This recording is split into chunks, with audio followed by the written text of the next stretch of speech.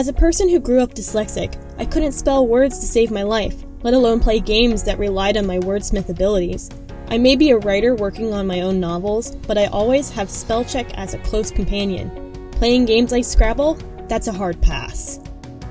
But what if there was a way dyslexics could play and actually enjoy Scrabble with the rest of their friends and family?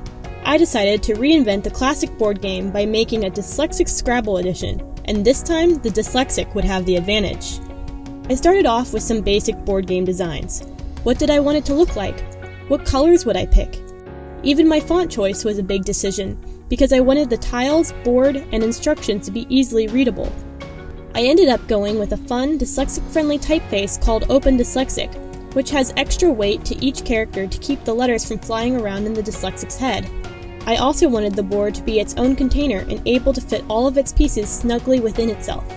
Once an initial blueprint was created, I began looking into getting custom wood pieces cut to my specifications that I would eventually stain and glue together to form the board. To make this Scrabble board specifically for dyslexics, I wanted even non-dyslexic players to experience what it was like to see words and letters misspelled and reversed. That's why I custom designed my Scrabble tiles to alter and change by rotating, while other tiles appeared mirrored, uppercase or lowercase. For the inside lining, I used a cardboard box and blue fabric to create compartments for my game pieces.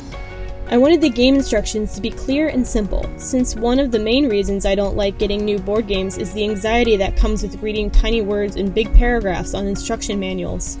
I would make my instructions rely mainly on images, with only small amounts of text for clarification.